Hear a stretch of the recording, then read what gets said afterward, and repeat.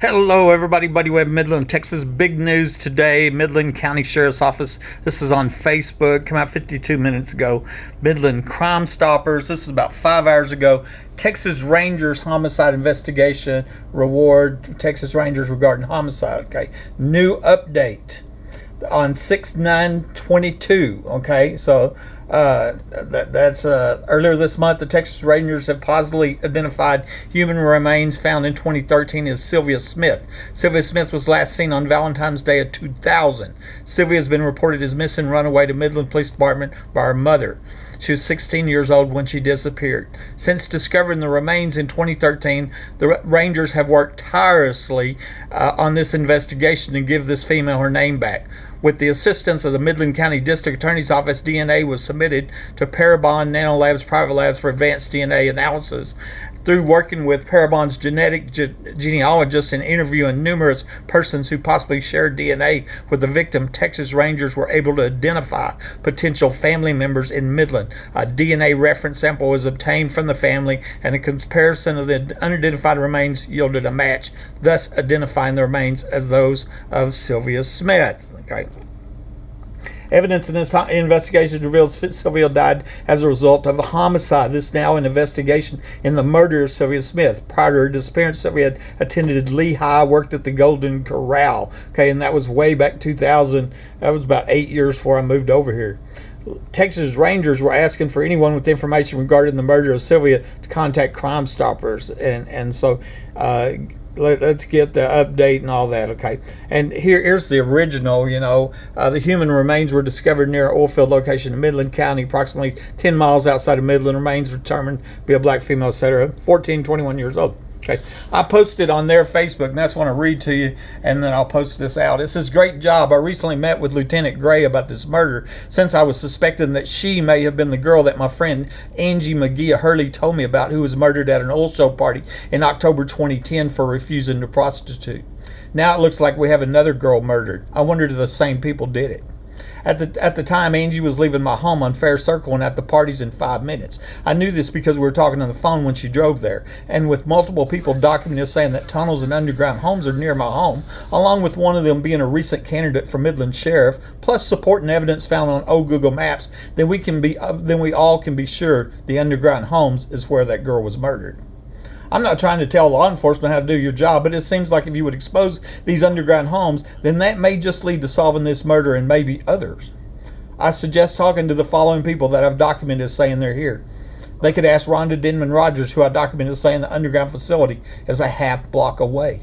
They could ask the woman that I recorded on the phone who told me there were 4 3-bedroom, $1 million underground homes here that were buried at least 25 foot deep. She said they were having pedophile parties down there, so they could ask her about that too.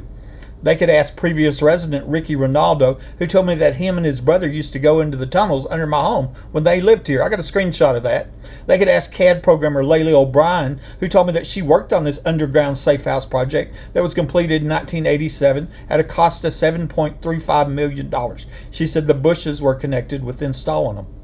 I have print screens. I have recordings of that. They could ask recent sheriff candidate Joe Lozano, who I recorded telling me that these underground homes was the hideout for the late Sheriff Gary Painter. That was during the election for sheriff before Kreiner won, and that was hidden from the public by the press. I have a recording that went viral on that, and our press hid that from the public, trying to manipulate the election. They could ask MPD officers Davis, Dickey, Chadwell, Angel, and Hale, who were time-stamped as being at or inside my home when they were not seen arriving on the security cameras, which saw Woodward and Naylor minutes earlier. This was in 2012, when I was ambushed and shot by somebody under my home when my phone lines cut and burglar alarms going off in the attic. This told me they came into my home from the now removed underground entrance from where I'd been ambushed and shot from. Maybe they were at the underground old show parties. See, Angie told me she was afraid to report that murder and said high-level police were there, and these police were under my home, okay? And so it just makes sense that they might know something about what happened to the girl murdered at the 2010 old show party. They could ask my ex-wife, who told me there was a hidden trap door in my home before I was ambushed and shot by somebody under my home. They could ask Angie McGee Hurley, who told me that a young girl was murdered at a party she was at during the 2010 Permian Basin International Oil Show, which was 5 minutes drive from my home and believed to be down there in the underground homes. They could ask Google Maps why they were showing a large bunker in my backyard on the map screen, which can't be seen from above ground on the sat screen. They could also find out who had that deleted from Google Maps after I told the city about this crime evidence. They could ask Homeland Security agent Paul, too. I showed Paul Cervantes where I believe the tunnel was at. 2 weeks later, the ground was dug up and concrete was poured. I have this on video. DHS is supposed to stop human trafficking, not pour concrete and help murderers get away. They could ask Lance Eggleston, who told me, "We have access to your residence at all times. Nobody will ever believe your story. You will be silenced, not if, but when." Obviously, this guy that confirmed the underground access to my home with this death threat knows too. Or they could ask Shannon Jeter, who told me, "Buddy, cops can kill you and get away with it. Stop publicizing their business. You got to buy you another home." In fact, there are many people who have asked to order me to sell my home who must know. I think Shannon knows, and I think we all want to know what business the police are involved in where they murder homeowners for their property.